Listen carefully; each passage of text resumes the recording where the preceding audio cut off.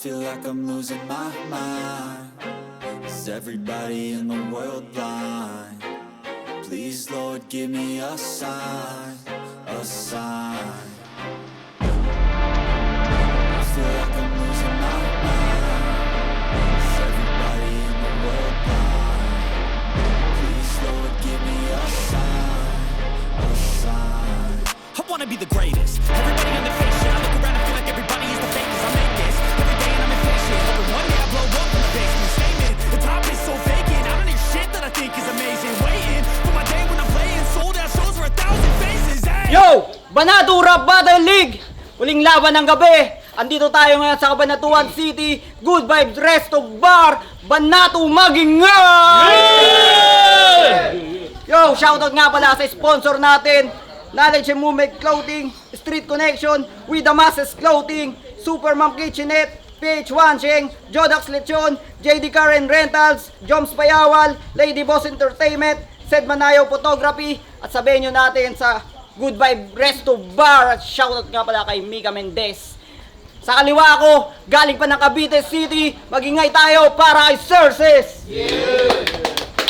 Happy birthday in heaven, gago, walang ganon. Rest in peace sa tiyo mo pulis, mabangis.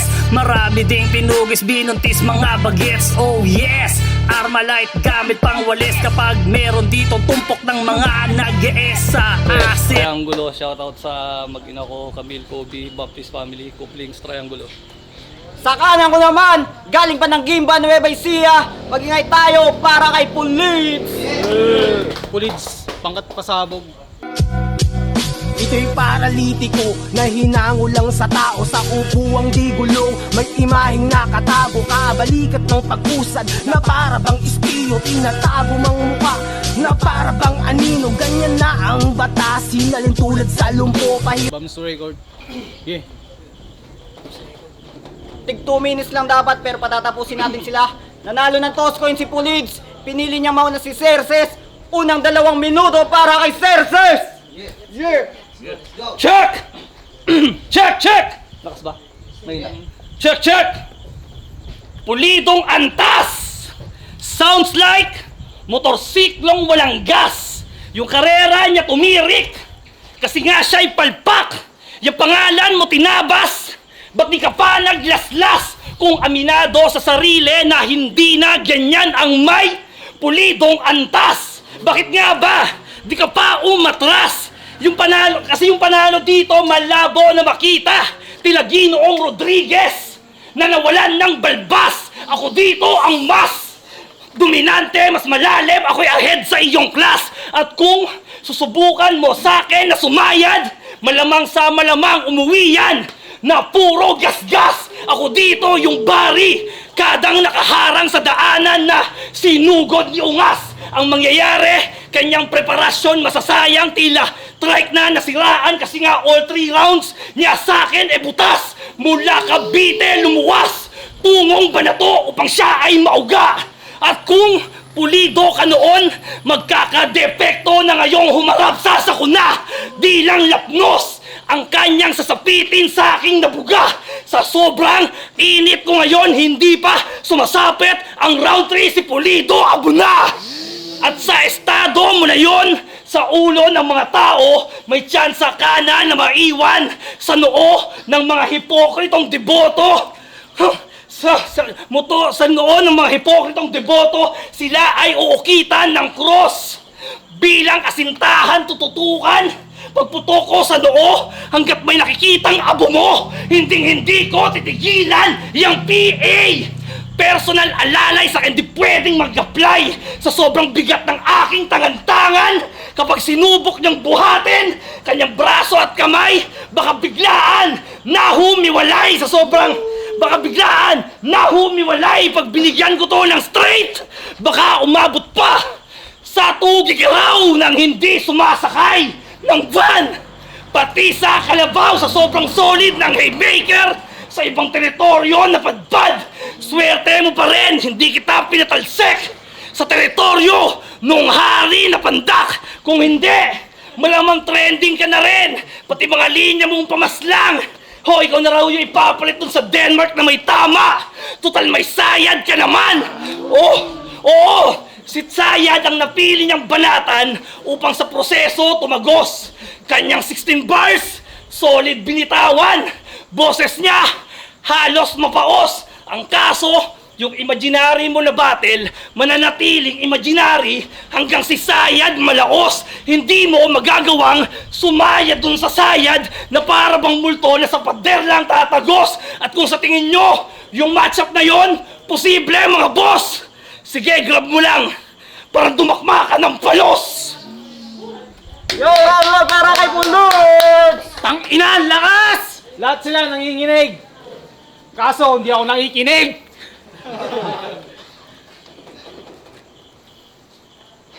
Banado game! Game!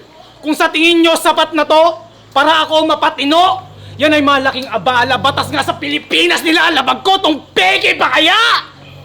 Yung laban mo kay James Overman, tingin ko kabaklaan. Tamang binoljak ka sa likod, nasa baklang kahinaan, kaya't nanghihinat lupay-pay sa bakbakan at banayad na sapawan pagkalalaki na parang nadladlad. Kaya saksakin sa noo, dibdib at makabilang balikat hanggang mapatawad ka sa Diyos. Tak mga ngapa sa katawan na parang nag-sign of the cross. Ngayon, wala nang magagawa kahit magsuplong sa kinauukulan. Nandito ka sa Pilipinas na kahit manlaban, ikaw rin makakasuhan piling batas. Kahit saan tayo maglaban, pagkatao yuyurakan, parang nasa QC lang. Batas ang tinatapakan, gantong-ganto si Duma. Puro aggression yung bitbit. Galing pa ng Cavite itong dumayong kahawig. Kaya makatawid malabo kahit sa FRBL tayo. Kahit sa FRBL ganapin, may tsansa kang manalo na wala pa yung katiting. At nagmukhang alalay sa nais na itumba. Ganyang suporta lang dapat may tandayang pumunta. Sabi niya, tandayang pumunta nila itong entrance ng FRBL. 300 daw wala ng drinks. Habang 300 daw wala ng drinks. Ngayon sa kanya magbabounce habang liga niya wala ng buhay. 50-50 na sa entrance o 50 pesos. Tapos sa FRBL sumisiksik. Ang laki mong hipokrito. Yung dinadown mo na liga ang siyang nag-aangat sa'yo. Sabi niya kay Kuray, maging Pinoy na muna. Tanginang bano. Serses at Kuray ibang lahi. Tamang galing nga sa'yo, maging Pinoy na muna. Yan ang dapat lang sa'yo. Kaya dapat lang sa'yo yung kalabang Japanese. Kita kong litong-lito, lutang ka sa Japanese. Kaya kahapong-hapo. Puro may di nakabikini. Puro chikas binabalanda. Tamang manok ng triangulo. Puro chicks pinapakita. Tirador pa ng teenager. Ganyang kalibog si kumpare. Paano uusad karera mo kung puro minor ka kada biyahe. Puro batas ang ginagaya hanggang mamaos ang lieg. Parang sigaw mo ng ustisya. Puro batas bukang bibig. Ano hindi? At kung hindi aamin, pahirapan ng biguas hanggang di ka na makilala at itsuka ng batas! Yo, round 2 para kay Serses! Check. Papalit-palit pa ng plaka! Akala mo naman kung sinong lehitimo na hitman.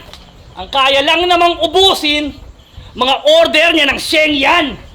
Kung ito'y eksenang harakiri, sige ako na yung katana. Ito naman yung lip cram.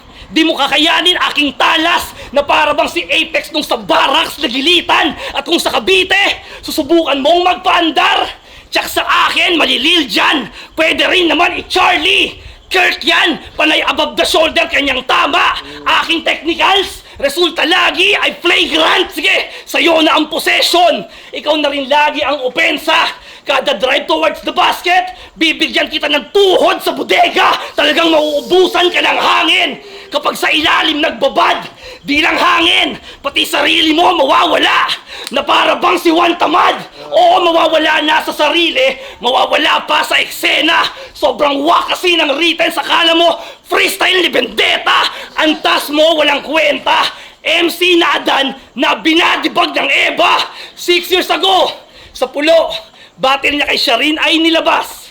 Kitang-kita doon na sinibak ka ng babae, mas pusi ka pa sa pusi na parang si Batas. Si Sharin, nagmistulang lesbian na may strap-on. Ikaw naman yung aspiring na porn star. Yung battle nyo, imbis na sa YouTube, dapat ina-upload sa Pornhub. Hardcore na raw siya. Kasi sa puwitan niya, Kasya na yung doorknob. Ganto yung mga tipo ng MC'ng walang karapatan na magtawag ng all gods.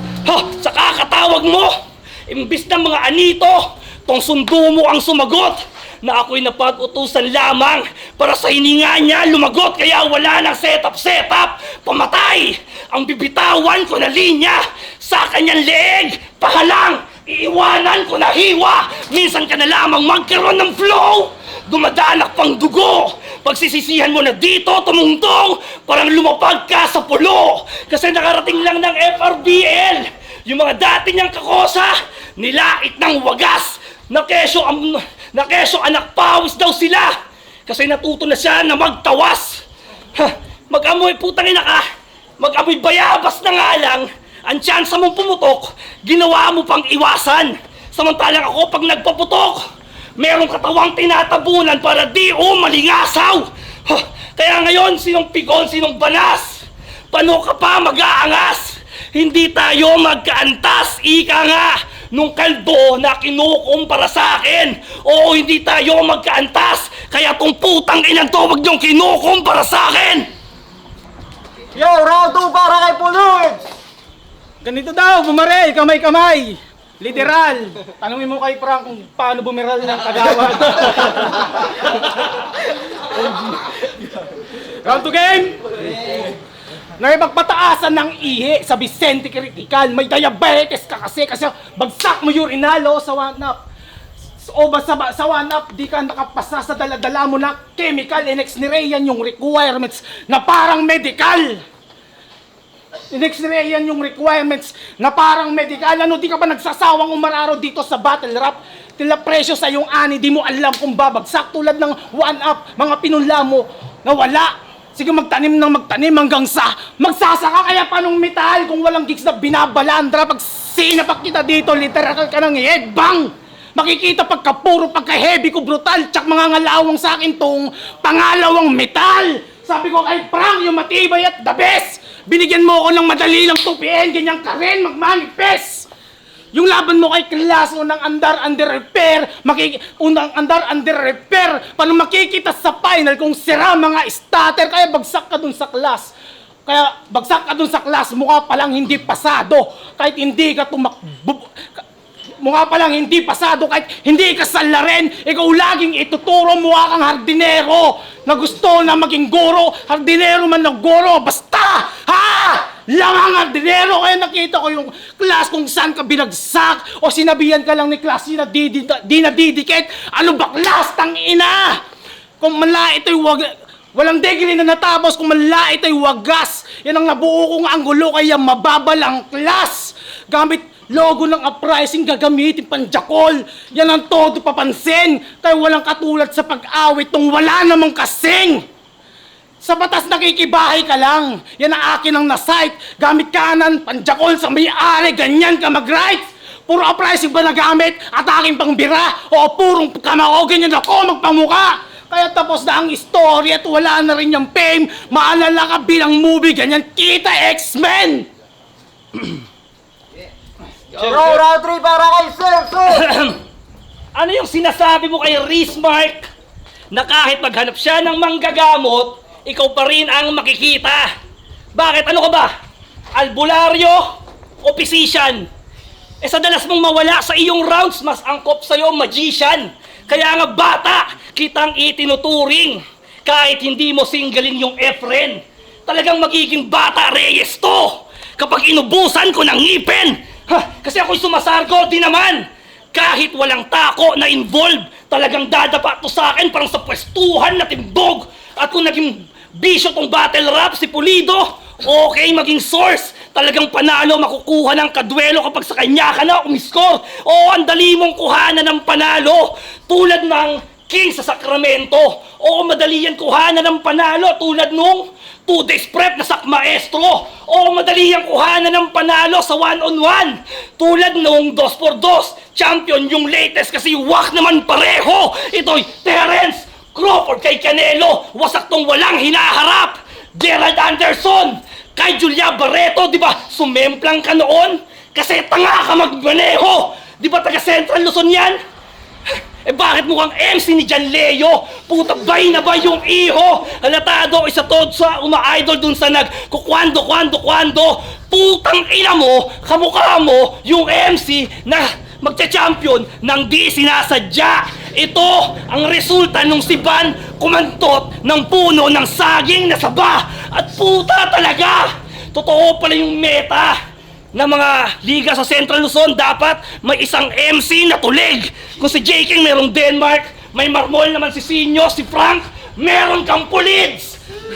At kung sayad-sayaran ka noon, ngayon masisiraan kang lubos. PWD na uuwi. Tong Pulids wasak di Noble Cross o dinali ka nung Frank. Kaso hindi na ito biro, totoo kang matatalo. Tong mapagmataas na probinsyano, sigurado pahiya sa mga tao na parang Francis Leo Marcos kontra makagago from Polido to Pulids. Gawin mo ng pulpol, ngayong binadibag ng batas na konti lamang ang bulbol. Kasi nga sinetap ni Frank ang iyong pagtatapos. Tinimbre kay Cerces, ganun kanya na double cross. Yeah, round 3 para kay Pulids! Pah! Inutil! Gurang! Bobo! Walang kwenta at palamunin! Ganyan manlait ng matanda! Patay na kong ituring kasi nandito ka sa mundong puro mali napapansin na yung akin ng naklaro. Kaya dukutin magkabilang mata nang makuha ko paningin ng tao na bilang kagawad. Mga proyektong dinadao sa tagal na di umusad, tila kalsadang di matapos. Kung tamad maggagalaw ay hatawin ng hatawin hanggang sa makadaos. O kailangan pukpukin para masabi ko kumilos. Ganyang politika. Mukha palang malabo ng umusad. Kahit hindi ka tumakbo ay mukha ka ng kagawad. Wala kang pinagkaiba sa manloloko, snatcher, mandurukot, nagbis ka bilang kagawad para disenteng mangurakot. Walang umaaming politiko sa kanyang kakurakutan. Mga pondo at buwis, kurap na to nakikinabang palim yung binulsa. Winaldas nyo ng harapan, nandito ka sa bansa na kung sino yung may kasalanan ay wala nga sa katulungan, wala nga sa kulungan tulad mo. Politikong puro pangako, mas madalas kumabig kaya kamaong malabubuyog sa mabulaklak na bibig. Nung nanalo, di na nakita at di na lumantad. Kaya kuryente pantatali nang makita nyo na kagawad. Habang nanunungkulan yung income niya, dalawa, dinaig niya pa si Jonas na dumoble na komita. Tagapalakad ng papel sa barangay niya talamak. Makikita niyong pilexer, ganyan siya tumatak. Tinira ko batas yan ay rektaring atake. O inukit ko batas nang makita ko tamang korte. Sakto mga dayo may manununo na biktima. Kahit hindi nyo tanungin, meron nang namatanda. Itinakda ng panahon at ngayon kanya hinain anumang iwas mo lamon. Itong iniwas to na pagkain. Di ba binuhat ka na ni Lance? Di ka pa rin nakaangat? 2 beses mo nang ginamit yung lanseta, di mo pa nakuha ang lahat. Di ko na dinamay triangulo sa taong to, baliwala. Sa pagpatay ko lang sa'yo ay parisukat ka na. Tinapaktapakan, niyurakan at pinakita sa madla. Parang batas sa Pilipinas tulad mo, wala rin magawa. Yo! Cerces versus Pulids! Isang beses pa mag-ingay tayo para sa battle na yun! Ang boto ng Urado mula kanina, 5-0! Mag-ingay tayo para kay Cerces! Yo, judges! Shout out. Yo, what's up? It's your boy MJC. At hindi ko masasabing style clash to. Same sila ng style. Parehong parang left field. Pero ang boto ko, round 1 is tabla para sa akin.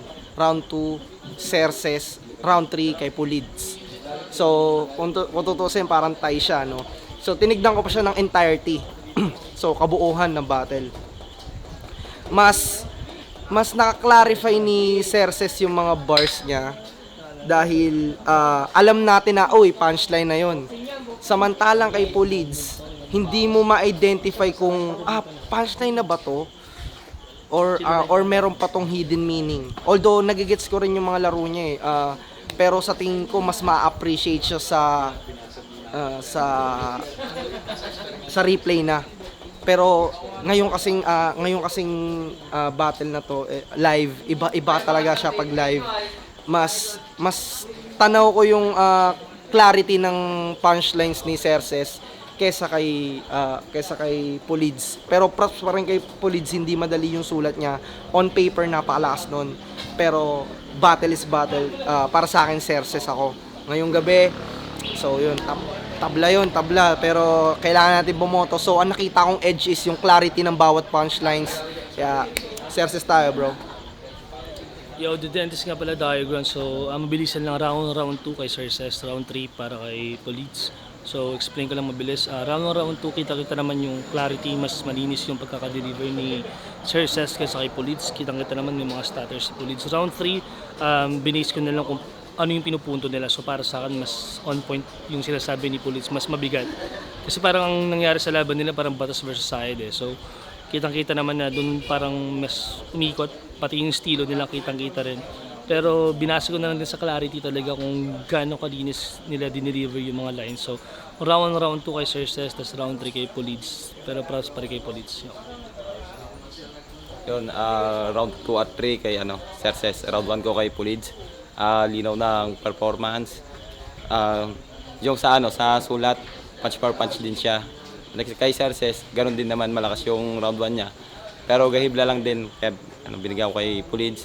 Sa 2 and 3, malinaw kay Cerces. Grabe yung every round, tumataas yung yung presensya niya, pinapakita niyang sa kanya yung laban, ganun. So, 2-1 kay Cerces. Yo, Dan Larry. Ang boto ko is Cerces. Ang round 1 at 2 kay Cerces, round 3 at Pulids. So similar lang siya ng style. So titingnan lang natin kung ano ba yung linis ng performance nilang dalawa. So round 1 at 2 kay Cerces, nakuha niya kabord yung performance niya, napakaganda, tsaka nag-set kabod siya ng tone kasi una din siya na bumanat. So yung 3, si Pulids naman, round 1 at 2, maganda din naman yung mga bars niya, pero minsan may mga stutter siya, so matagal siyang nakuha yung momentum. Nung round 3, doon niya na nakuha yung momentum, doon niya na tapos ng maayos. So round 3 kay Pulids, round 1 at 2 Cerces, round 3 Pulids. Jaywin nga pala, Rap Minds. Sa performance, same lang sila ng aggressions. Although sa level, hanggang 1 to 3, same lang din naman sila. Parehas yung aggressions nila sa styles, which is ang pinagkaiba nga lang sa round 1 and round 2. Round 1, yung round 1 ni Pulids, umikot lang din sa angle na batas. Yun yung kay Cerces is mas maraming tinamaan. Kumbaga, although sa bilang ng punchline, meron din naman punchline si Pulids, kaso nga lang, hindi katulad ng punchline counts na meron si Cerces na pagka sumuntok, talagang may tatagos din. Sa round 2 naman, Cerces pa rin naman ako.